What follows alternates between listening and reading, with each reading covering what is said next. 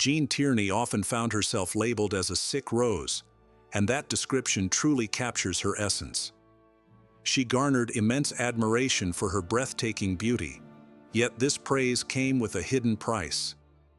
Beneath her flawless exterior lay a woman grappling with profound pain. Few have radiated glamour quite like Jean did in films like Laura and Heaven Can Wait.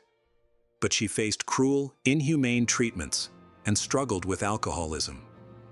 Despite these hardships, her performances shone brightly, earning her Oscar nominations. It wasn't just the moviegoers who were enchanted by her. She had already captivated the most powerful man in the world. This is the captivating yet tragic story of Jean Tierney. Born Jean Eliza Tierney in Brooklyn, New York, on November 19, 1920, she was the daughter of Howard, a successful insurance broker, and Belle, a socialite from the esteemed Taylor family. As the middle child, she had an older brother, Butch, and a younger sister, Pat. Jean attended the prestigious St. Margaret's School in Waterbury, Connecticut, where she thrived academically and showcased her poetic talent, even having one of her poems, Night, published in the school newspaper. In 1929, Jean traveled across Europe with her family, continuing her education under a governess to ensure a smooth back to school. After returning to the States, she enrolled at the Annenberg School in Fairfield, where her passion for acting blossomed. At just 15, she took on the lead role of Jo in the school's production of Little Women. Her family later sent her to Lausanne, Switzerland, to attend Brillantamont International School for 2 years. There, she learned French and mingled with Hollywood's elite. On a ship back to school, she met silent film star Douglas Fairbanks, and they quickly formed a friendship. In 1938, after returning to America, Jean enrolled at Miss Porter School in Connecticut. The school's curriculum was designed to prepare girls for social debuts and successful marriages, emphasizing charm and beauty over motherhood responsibilities, as they would have staff to manage domestic duties. A few years later, Jacqueline Bouvier would also graduate from this institution. Meanwhile, a charming young man, known to his friends as Jack, was traveling through Europe. After spending a summer helping his former bootlegger father, now an American ambassador in London, he explored the Soviet Union, the Balkans, and the Middle East before returning to the US to attend Harvard. Jack would play a significant role in the emotional lives of both Jean Tierney and Jacqueline Bouvier. At this stage in her life, Jean began to wonder if there was more to her existence than the expected role of a charming society wife. During a trip to California after graduation, she crossed paths with Anatole Litvak, a well-known Hollywood director.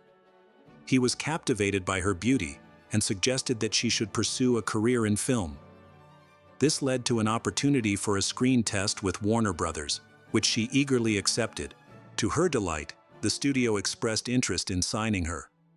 However, her excitement quickly faded when her parents insisted she return home instead of following her dream of acting. Reluctantly, Jean compiled and made her debut at the Fairfield County Club on September 24, 1938. She later voiced her disdain for such debutante events, criticizing them as a way for fathers to justify their absence from their children's lives. After completing her debut season, Jean approached her parents about acting once more. This time they agreed, but only if she pursued a career in legitimate theater. She then honed her craft in Greenwich Village, New York, studying under esteemed directors Benno Schneider and George Abbott. Her father, eager to support her aspirations, established the Bell Tier Company, named after her mother. Jean made her Broadway debut in 1938 with a minor role in the comedy What a Life, where she made an impression simply by carrying a bucket of water across the stage. A critic remarked on her performance, highlighting her beauty even in such a small role. Jean continued to chase her acting dreams, serving as an understudy in The Primrose Path. By early 1939, she landed a credited role as Molly O'Day in Miss O'Brien Entertains. Her growing talent caught the attention of Warner Brothers again, but she turned down their offer, opting instead for a 6-month contract with Columbia that paid her $350 a week.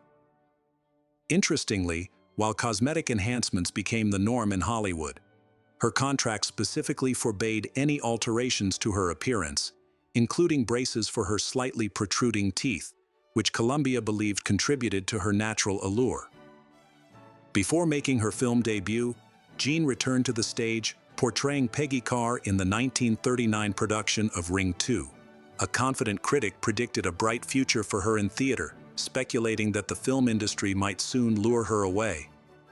And indeed, as her profile rose, Jean became a media darling, gracing the pages of Harper's Bazaar and Vogue. Shortly after arriving in Hollywood in 1939, her agent Leland Hayward introduced her to the legendary producer Howard Hughes. Hughes, one of the wealthiest men in the world, was known for his reclusive nature and kept his personal life private, despite his numerous romantic entanglements with actresses.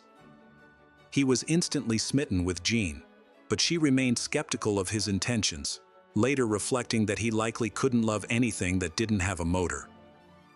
Nevertheless, Hughes was determined to win her over.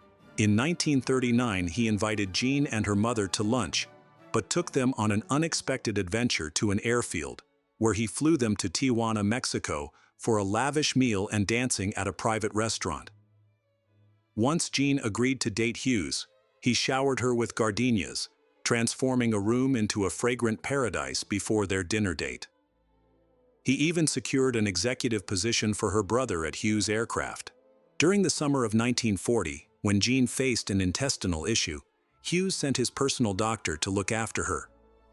Despite his many shortcomings, Hughes could display genuine care and generosity, especially when he felt a real connection with someone.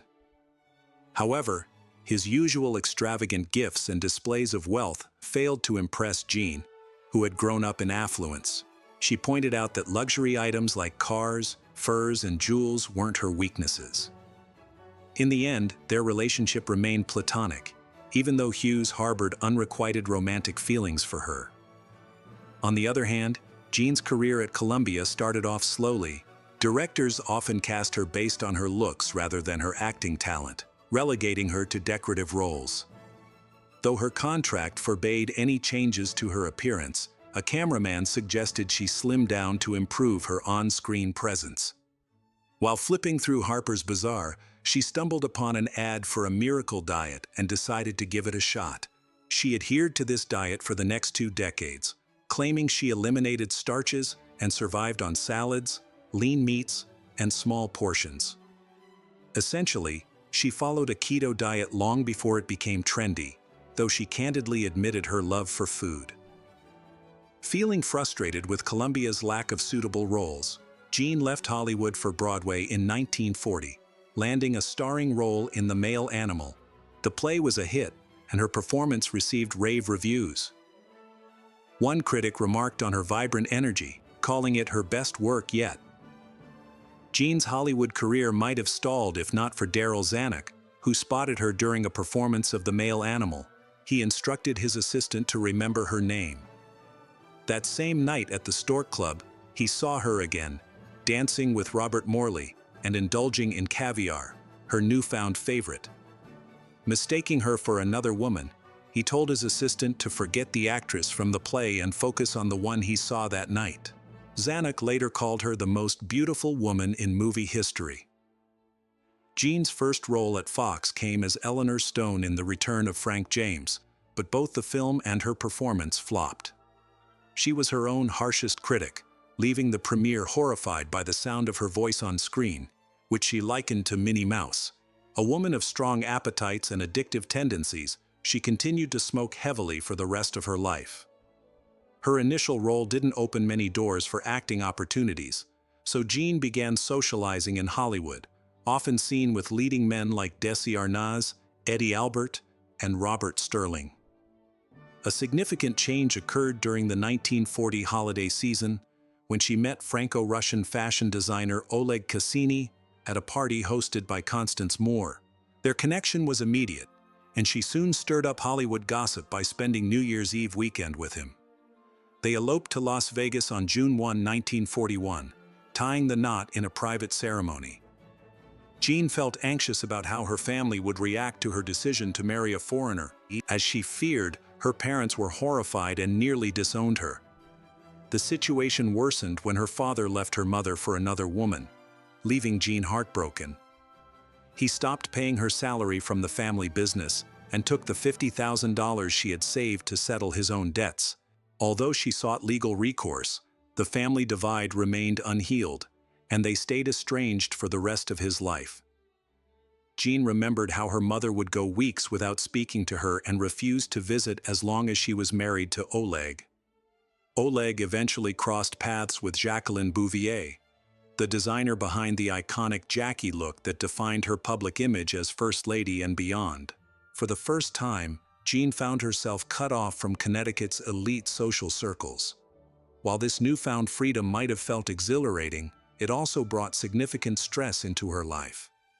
The abrupt severance from her parents led to a mysterious illness that her doctors attributed to stress and allergies. Without her parents' financial backing, Jean depended solely on her earnings and those of Cassini.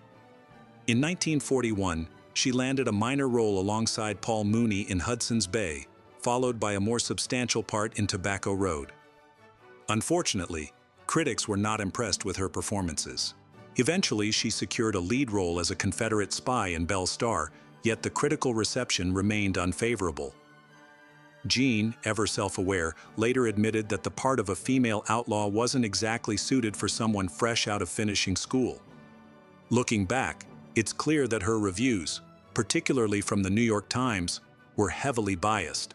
While her early performances weren't stellar, they often surpassed those of other actresses from her era, who received far more leniency. These harsh critiques weighed heavily on Jean, who was already grappling with the emotional turmoil of her life. Jean's next role was as Zia in Sundown, but once again, her performance failed to impress critics. One review noted that she continued to leave a distinct impression, albeit not a favorable one. Joe Skank once told her that he believed she had a future in acting, as she was the only girl who could endure so many poor films. However, by December 1941, when the U.S. entered the war, one silver lining in Jean's career was that it provided a comfortable life for her and Cassini in Hollywood. The reviews for her portrayal of Poppy Smith in The Shanghai Gesture were slightly kinder, but the critics were still sharp. One review pointed out that when Jean, looking stunning, entered Madame Jin Singh's vast casino, she sniffed the air like a cat exploring a new territory. Unfortunately, her performance was likened to a minor role in a school play. Despite facing numerous challenges, Jean pressed on with her career, taking on the role of Eve in Son of Fury, the story of Benjamin Blake in 1942. While some critics offered backhanded compliments, suggesting that her acting skills left much to be desired, they noted that her limited dialogue allowed her to shine in her Hawaiian print swimsuits. Following this, she starred as Susan Miller in the screwball comedy Rings on Her Fingers, directed by Reuben Mullen, where the reviews were equally harsh. However, her next role in China Girl garnered more positive feedback, with one critic appreciating her portrayal of a well-educated Chinese girl, emphasizing that her stillness was effective. By November 1942, Jean and her husband, Cassini, had saved enough to purchase a small house and were considering starting a family. Yet, their plans took an unexpected turn when Cassini was drafted into the Coast Guard and later moved to Fort Riley, Kansas. Although he was stationed domestically, allowing Jean to visit often, their marriage faced turbulent moments. Cassini's jealousy and quick temper led to a dramatic incident where he knocked a photographer to the ground for inappropriately grabbing Jean, perhaps serving as a lesson for that photographer.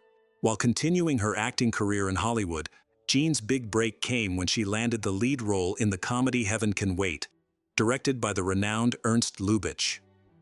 This experience proved to be a significant learning opportunity for her. She later reflected on Lubitsch's demanding nature, recalling how he pushed her limits during a lengthy scene that took 5 hours to perfect. After a particularly grueling day, she confronted him, expressing her frustration about his constant shouting. Lubitsch retorted that it was his job to shout, to which she humorously replied that while she was paid to endure it, it wasn't enough. This exchange lightened the tension and improved their working relationship. Despite his challenging approach, Lubitsch's expertise contributed to Heaven Can Wait becoming a box office success, earning over $1 million. Ironically, one of Jean's lines in the film reflected her mixed feelings about Kansas, stating her love for the state, but her reluctance to live there. When the film premiered in August 1943, Jean was living in Kansas with Cassini at the Army base. Just as her career seemed to be on the rise, she faced a personal setback. In March 1943, after learning she was pregnant, she took a hiatus from acting to volunteer at the Hollywood Canteen, both as a patriotic gesture and a publicity move.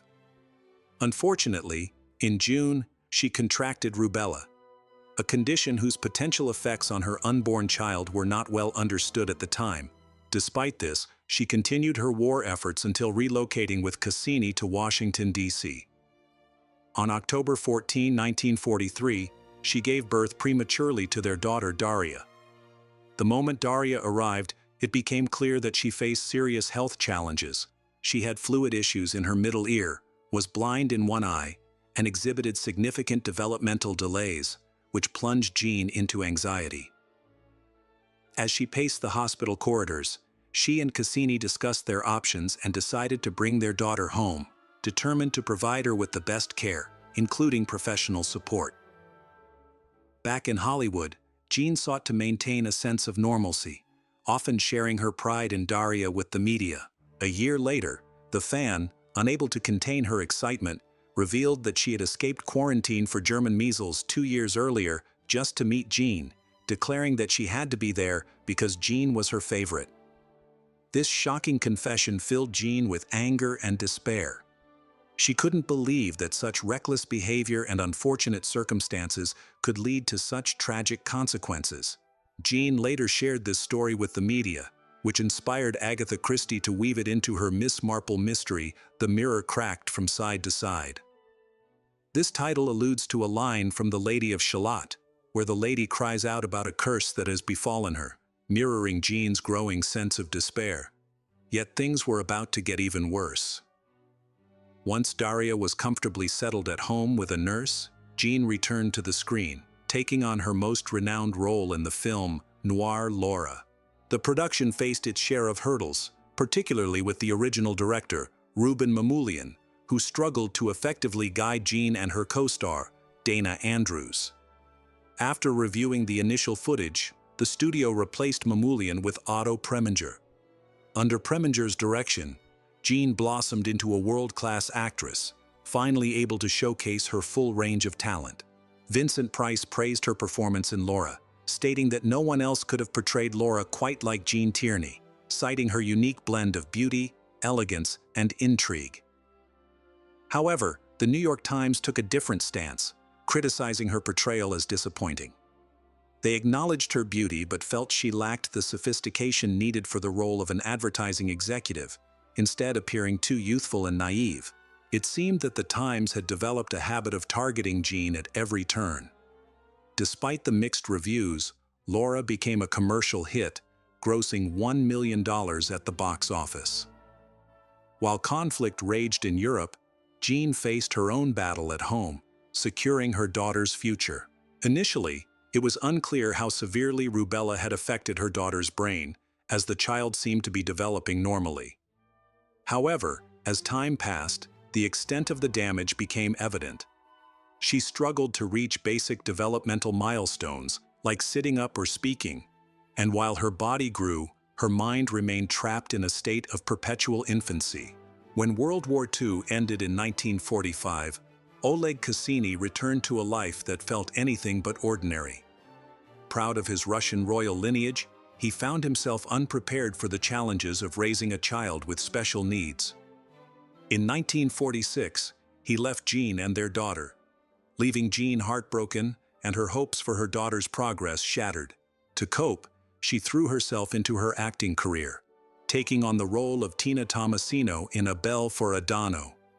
Although the film didn't meet expectations, it garnered some positive feedback from critics.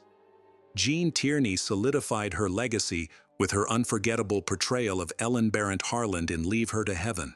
She described her character as deeply troubled, noting that it was a captivating role, one that an actress like Bette Davis would have eagerly embraced, embodying a truly malicious woman. Although she didn't consider herself spiteful by nature, she admitted that it's hard for any actress to resist such enticing parts. This standout performance not only earned her a well-deserved Oscar nomination, but also garnered widespread acclaim. Years later, in 2007, Martin Scorsese expressed his admiration for Leave Her to Heaven, highlighting Jean as one of the most underrated actresses of Hollywood's golden age. The film's stunning Technicolor presentation showcased Jean's most striking feature, her captivating eyes. After finishing the shoot, co-star Vincent Price once again praised Jean. He humorously remarked that her enchanting eyes drove him crazy every time they acted together. Although they had previously worked together in Dragonwyck, that film didn't receive the same warm reception. However, it held personal significance for Jean, as it was during this project that she met the charming Harvard graduate and war hero John Fitzgerald Kennedy. In the wake of Cassini's betrayal and the struggles with her daughter, Jean found solace in Kennedy's company. They bonded over their respective challenges. Kennedy had a sister, Rosemary, who faced severe mental disabilities due to complications at birth. While Jean fought to prevent her daughter Daria from being institutionalized, Rosemary's fate was different. The Kennedy family kept the truth about Rosemary's condition tightly under wraps, sending her to various institutions instead. It's been noted that when John was around, Rosemary seemed as bright and joyful as any girl her age. He took her to a tea dance and even helped her debut at Buckingham Palace in 1938 while he assisted his father in his ambassadorial duties. The pressure of making a debut in front of the British royal family would be daunting for anyone, yet Rosemary practiced tirelessly for the occasion. Unfortunately, during the event, she stumbled, and although the family pretended nothing had happened, they were reportedly mortified. At that time, there were whispers that Rosemary aspired to work in social welfare or as a kindergarten teacher, and she even dreamed of becoming an actress. Like many young people, she experienced emotional highs and lows and was curious about relationships. The thought of her becoming pregnant outside of marriage or losing her composure in public was more than their father, Joseph Kennedy, could bear. In 1941, Joseph and Rose made the tragic decision to have her lobotomized, aiming to shield their family's reputation, a reputation that had already weathered Joseph's past as a bootlegger during Prohibition. The procedure was horrifying and barbaric, performed with only a mild tranquilizer to ease Rosemary's anxiety.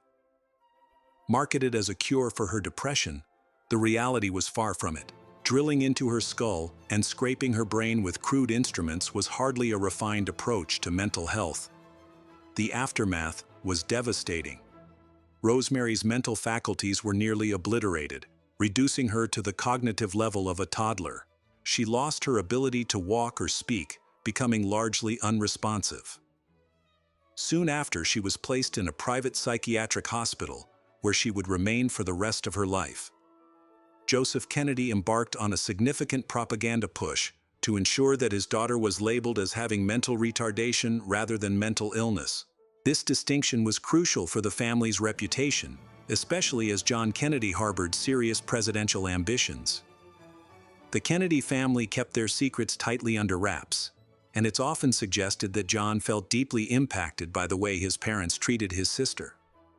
This was precisely the outcome Jean Tierney had worked to shield her daughter from, at least for the time being. Thankfully, she and Jack Kennedy found solace in each other, discussing their shared pain and managing to uplift one another. Jean later reflected on their conversations, recalling how delightful they were. She remembered their good times together, noting that Jack was always caring and protective. Even after he became a senator and then president, he made a point to visit her when he learned she was unwell. When they first met, Jack was a serious young man with aspirations, not the womanizer some might think. However, a romantic relationship between them was never meant to be. When Jean sought a divorce from Cassini, Jack had a candid conversation with her. During a lunch in New York, he unexpectedly told her that he could never marry her. In that moment, she sat quietly and barely above a whisper, said goodbye to him. Throughout her connection with Kennedy, Jean continued to pursue her film career, landing the lead role in The Razor's Edge. A close friend and mother figure had written the part of Isabel Bradley Matton specifically for her, though much of the screenplay underwent significant changes before filming. While the movie didn't achieve blockbuster status, it did allow her to bond with her co-star, Tyrone Power. Despite Power's feelings for her, Jean, still entangled with Kennedy, insisted they remain just friends, a choice that preserved their friendship for years to come. The following year, she starred in The Ghost and Mrs. Muir, portraying a widow haunted by a ghostly sea captain. One critic remarked on her performance, suggesting that her usual style lacked emotional depth despite her beauty. Following her separation from Kennedy, Jean faced a downward spiral in her life.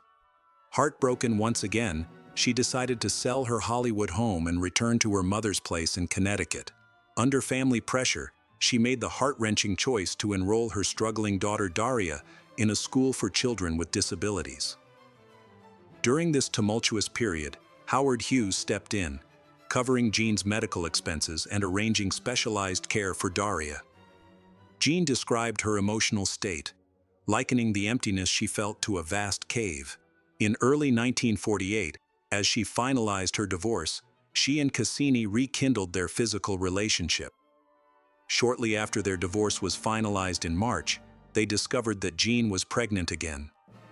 Overjoyed by the news, they welcomed another daughter, Christina, on November 19, 1948, and eventually reconciled and remarried. Jean made her return to film in Whirlpool in 1949, but the reviews were mixed. The New York Times' Bosley Crowther harshly criticized her performance, suggesting viewers might need to be in a trance to enjoy it. This title aptly reflected Jean's chaotic life during that period. After Daria's institutionalization, her depression deepened. With limited options for treating bipolar disorder and the stigma surrounding it, she leaned heavily on her friends in the film industry for support. Daryl F. Zanuck cast her as Mary Bristol in Night in the City, and after filming, he expressed concern for her well-being, suspecting she was struggling and believing that work might provide some relief. Jean found comfort in acting, revealing that she felt at ease only when portraying someone else. During her time in London for a film, she enjoyed dinner with Clifton Webb, who introduced her to Marina Dietrich, a connection she had previously made through Dietrich's daughter. Once back in the US, Jean's career gained momentum, and in 1951, she took on the role of Lily Duran in On the Riviera. Even the New York Times acknowledged that her performance outshone the film itself. Shortly after, Fox lent her and Ray Milland to Warner Brothers for Close to My Heart, where they played a couple grappling with infertility and considering adoption. This role struck a painful chord for Jean, especially given her heartache over her daughter Daria, and may have played a part in her eventual nervous breakdown. To cope with her grief, she kept herself busy, traveling to Argentina in 1951 to film Way of a Gaucho. While there, she leveraged her celebrity status to spend Christmas with Prince Ali Khan, who was navigating a difficult divorce from Rita Hayworth. However, upon returning home, Jean faced her own challenges. Cassini, growing increasingly distant, spent less time with the family, prompting her to file for divorce again a few years after their remarriage. In their divorce settlement, Cassini promised to leave half of his estate to their daughters, a promise he later broke. Although Jean passed away before him and never learned of his betrayal, they remained friends throughout her life. After her divorce, she took on the role of Dorothy Bradford in Plymouth Adventure, where she was humorously described as a firm pillar of well-starched ladyhood. During filming, she had a brief but intense romance with co-star Spencer Tracy, who later remarked on her beauty, noting that while the films didn't fully capture her essence, he had managed to do so, albeit late in his life. The character she played, a woman who takes her own life, might have resonated deeply with Jean during a turbulent time, perhaps serving as a cathartic outlet for her emotions. Nevertheless, the film only performed modestly at the box office. Despite her busy acting career, Jean maintained a vibrant social life. In April 1952, film producer Dorothy invited her to an MGM luncheon, where she met Queen Juliana and Prince Bernard of the Netherlands. By then, Jean had become a well-known figure at royal events, showcasing her comfort among the elite. Unlike many of her Hollywood peers, who often felt out of place in such circles, Jean's poise made her a desirable guest. In 1953, she reconnected with Prince Ali Khan in Paris, and they began dating.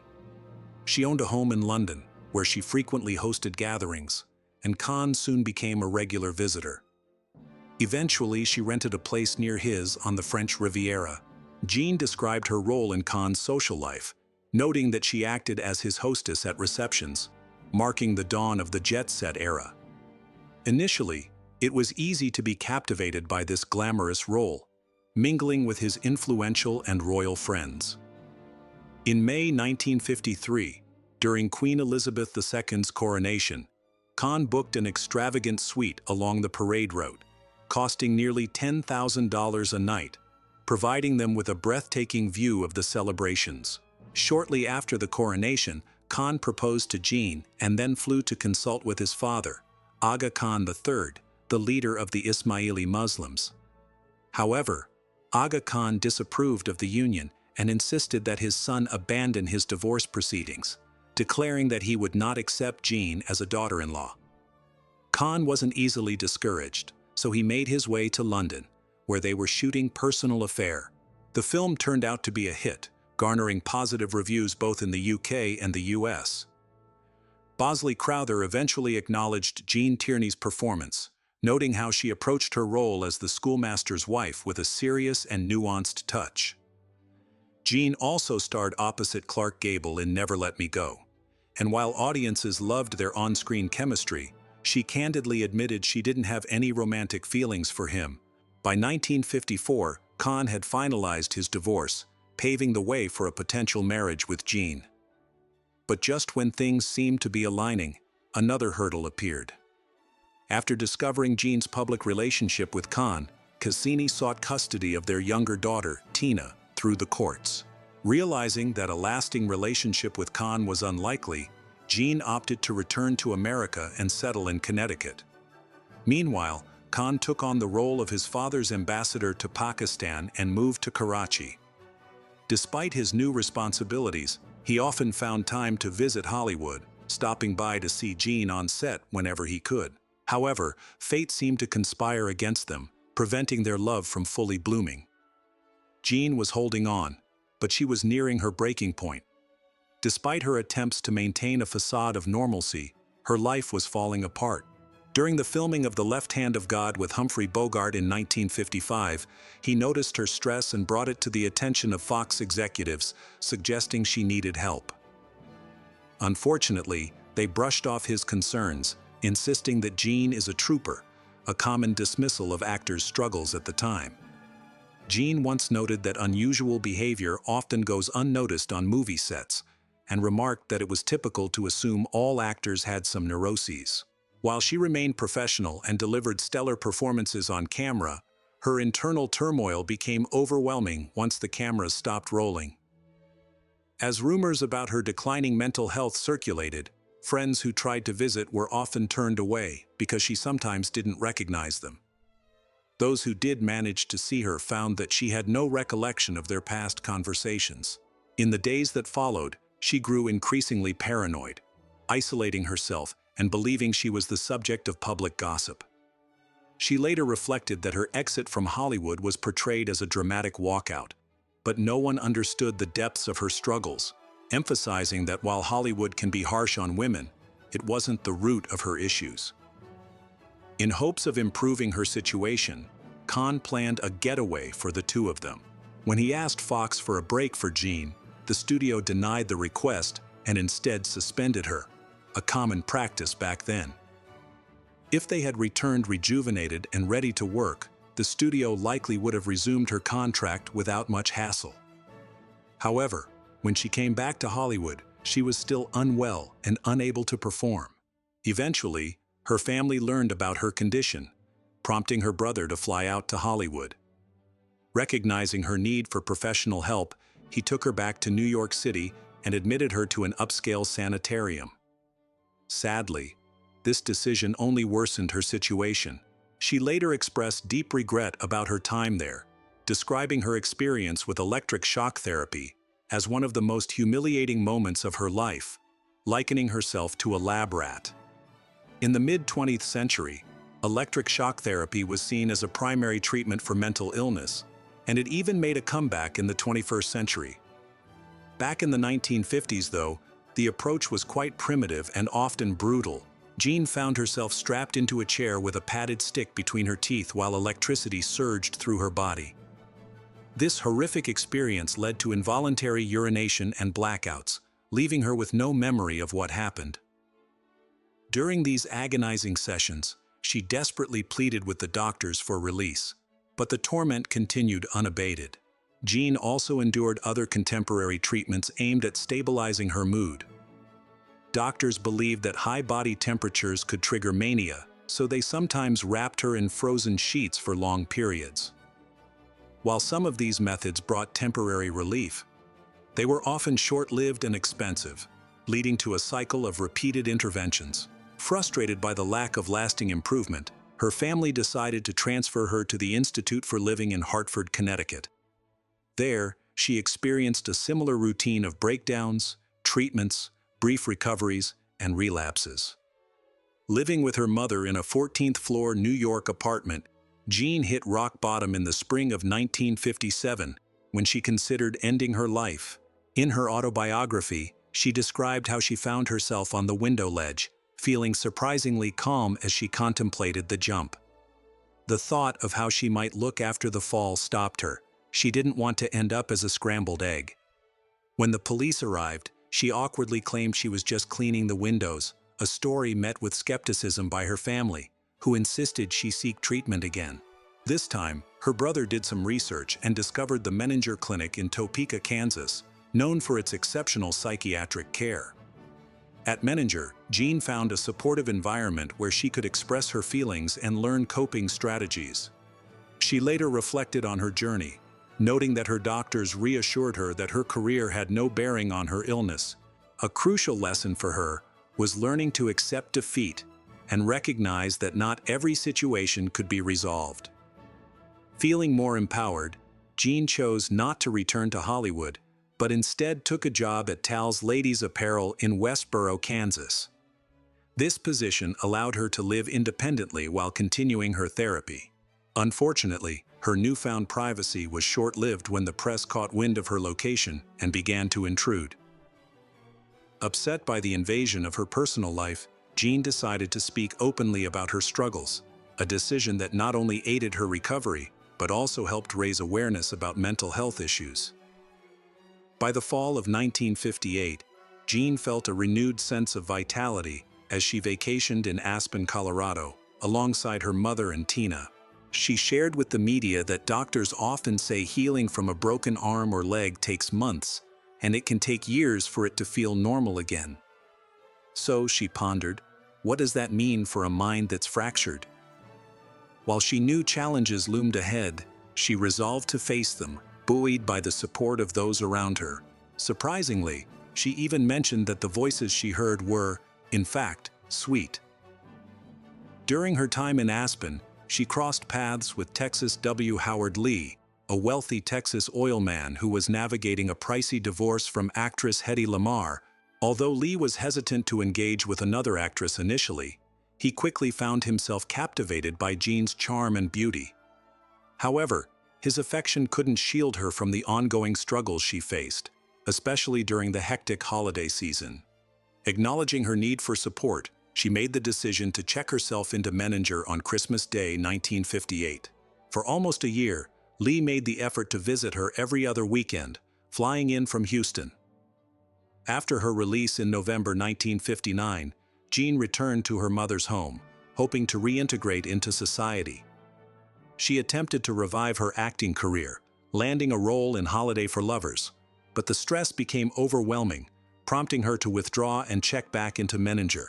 In 1960, She took on a less demanding role in an episode of the General Electric Theater, hosted by Ronald Reagan. On July 11, 1960, Jean married Lee in a simple ceremony in Aspen. Many were surprised that Lee chose to marry someone facing mental health challenges, but Jean understood his caring nature. She reflected that her happiest times were during her childhood, and while she was back in acting, she recognized that her life would always carry some degree of instability. Determined to understand her condition, she committed herself to learning as much as she could. Jean admitted that discussing mental illness, especially her own, felt akin to examining a bug under glass. Throughout her life, she faced episodes of delusion, sometimes convinced she was pregnant and overeating as a result, or wandering her Houston neighborhood in search of her daughter, Daria. Yet these episodes would eventually fade, allowing her to regain her clarity. She described the moments of recovery as if a curtain had been lifted, often asking Howard, "Have I been sick?" to which he would respond with a chuckle, "Oh boy, have you ever." Through her journey, Jean gained a profound understanding of her illness and herself, never placing blame on anyone else for her struggles. She recognized that her condition was manageable, unlike more severe illnesses, and took responsibility for her healing. Above all, she expressed gratitude for having her mind back, emphasizing that the mind is the most beautiful part of the body. Jean's comeback to the film industry was anything but easy. In 1962, she accepted the lead role in Return to Peyton Place, but unfortunately, she had to step back due to her pregnancy, which tragically ended in a miscarriage around the 20-week mark. After that, she immersed herself in Advise and Consent, marking her fourth and final collaboration with director Otto Preminger. While many critics praised Jean's performance, Bosley Crowther remained uncharacteristically harsh, leading one film historian to note that Jean had returned to the screen after a 7-year hiatus for psychiatric treatment. It seems likely that she was also trying to recover from the relentless criticism she faced from Crowther throughout her career. He never had a kind word for her. Can you imagine rolling your eyes at every review in the New York Times? Crowther seemed to have a personal vendetta against her, regardless of her efforts. It's almost as if she had snubbed him at a party, because his critiques were scathing and oddly personal. Although Advise and Consent didn't reignite her film career, it did lead to a memorable reunion with John F. Kennedy. After the film's release in June 1962, President Kennedy and First Lady Jacqueline Kennedy invited Jean and her husband to a lunch at the White House. Sitting next to Kennedy allowed her to reminisce about old times. Being around his famously charming presence was a much-needed boost for Jean. However, just a year and a half later, she, like everyone else, watched in horror as her former love was assassinated on live television. Jean went on to complete Toys in the Attic in 1963 and starred in The Pleasure Seekers the following year before deciding to retire from acting. 5 years later, she made a brief return in the TV drama Daughter of the Mind, alongside Ray Milland. In the ensuing years, she split her time between Houston and a condo in Delray Beach, Florida, embracing her belief that wealth, beauty, and fame are fleeting. When those things fade, what remains is the desire to be useful, a sentiment she expressed by writing her autobiography. When Self-Portrait hit the shelves in 1979, mental illness was still a largely taboo topic. Jean's honest account of her struggles sparked conversations about mental health at a crucial time. Her final acting role came in 1980 with the TV miniseries Scruples. The release of her book and her performance in the series brought her back into the limelight, leading to several appearances on talk shows. She might have remained in the public eye had her husband's health not suddenly declined. After his passing in February 1981, she opted for a quieter life, retreating from the spotlight and spending her later years in Houston. Jean passed away on November 6, 1991, marking a bittersweet end to her Hollywood journey. Her long-standing smoking habit contributed to emphysema, which severely affected her health and ultimately led to her death at 70.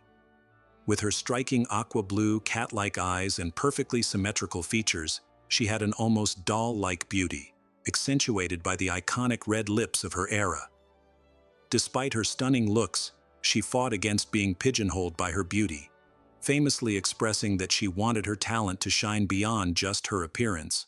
Jean had a special connection to film noir, likely because her own life's shadows lent depth to her performances in this genre. The film Laura makes a lasting mark.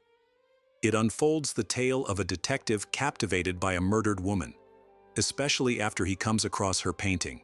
This narrative resonates with the themes of many tantalizing, suspense-filled stories of passion and mortality that came later, including Hitchcock's Vertigo and various works by David Lynch. Laura occupies a distinct niche in our cultural memory, thanks to that iconic painting of Jean, her beauty frozen in time, an evasion of the harsh realities of aging and death. It serves as a poignant reminder of how a movie star's charm can be eternally enshrined on film. Although often overlooked and unjustly critiqued, Jean Tierney was pioneering in addressing mental health challenges and remains unforgettable for her mysterious and striking performances. If you've enjoyed this exploration of Jean Tierney's life, give us a thumbs up, subscribe, and share your thoughts in the comments. That wraps up this episode. We'll be back with a fresh video soon.